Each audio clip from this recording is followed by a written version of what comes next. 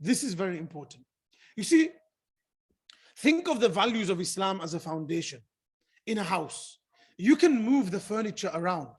You can change the appliances. You can change the carpets. You can even break down walls, add in structural supports within the house and make an open plan house. But you can't do away with the foundation. Everything around the foundation can change. Everything on top of the foundation can change, but not the foundation. Similarly, in societies, you have all the different isms, all the different ideologies and values, and they will constantly change. They will constantly change. But Islam is a deenul qayyim. Islam is not changed and Islam is not transformed. Rather, Islam changes and transforms others. Yusuf alayhi salam made it clear. The worship of Allah and the values that come with it are upright.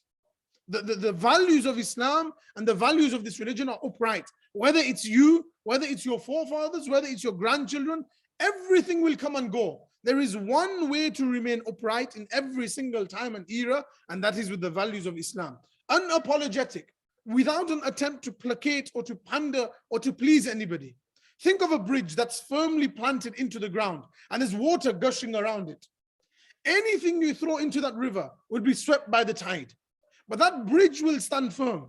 And that bridge is the only way of making it over to safety from one side to the other. Everything else will get swept away. This world has every type of calling. It is a river of very powerful and appealing tides. And once you're in, it's very difficult to get out. Islam is this ad-deenul qayyim. The only thing that can stand firm in the face of every ideology. And anybody who steps onto this bridge and begins the walk on the sirat al-mustaqim will be saved. And remember, values and morality around us will keep changing. One day the tide is going one way, and the next day the morals are completely opposite. The norms change. Look, a basic example.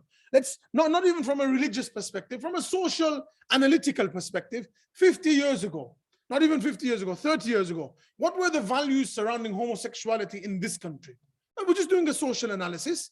It's an analysis. What was the legislation surrounding homosexuality? Forget the people's perceptions. Legislation. It was illegal. You couldn't get married. And now has that changed? So the tides one day might be in somebody's favor. The tide might be against us. That doesn't matter. There's no telling. So you might look at feminism and think, there's some good things in feminism. But the tides today might be good things and in your favor. But tomorrow, how that changes, how those values change, how those morals change, we don't know. We don't know. And so attaching yourself to this theory or that ideology or that mindset or that value or that sense of morality, it constantly changes. It flip-flops. There is one religion and there's one ideology that will never flip-flop, that will never change. That is a deenul qayyim. Today you take the Western values as your values and they might align with Islam and they might protect you and your family. But what if that changes tomorrow? Islam is the only ad-deenul qayyim, the one that is firm, the one that is upright, the one that is unchanged and unchanging. Yusuf alayhi salam was with his father in this home of the Prophet. He was in a safe place. He was then in this caravan where slave trade is normal and they've just kidnapped this child. Then he ends up in the slave markets. And then he saw the dirty world of politicians. And then he saw the life of servants and workers. And now he's in the prison. Every one of these contexts has their own values, their own rules, their own law and order, their own unwritten rules. In the home of the minister, there's rules that's unwritten, that you follow. And when you're in, with the workers and the slaves and the farmers, there's a different rule. And there's all these different rules. How did he manage to survive in every one of those instances? Unscathed. Ad-deenul qayyim. He didn't change his values whichever room he walked into. He didn't change his values whichever circle he walked into. He remained consistent. And everything around him was changing. The weather around him is changing, and this is changing, and the values are changing. But ad-deenul qayyim remained the same within him. Subhanallah. Such powerful advice. And who is he giving this advice to? Specifically to two youngsters. In our youth, everything is thrown our way.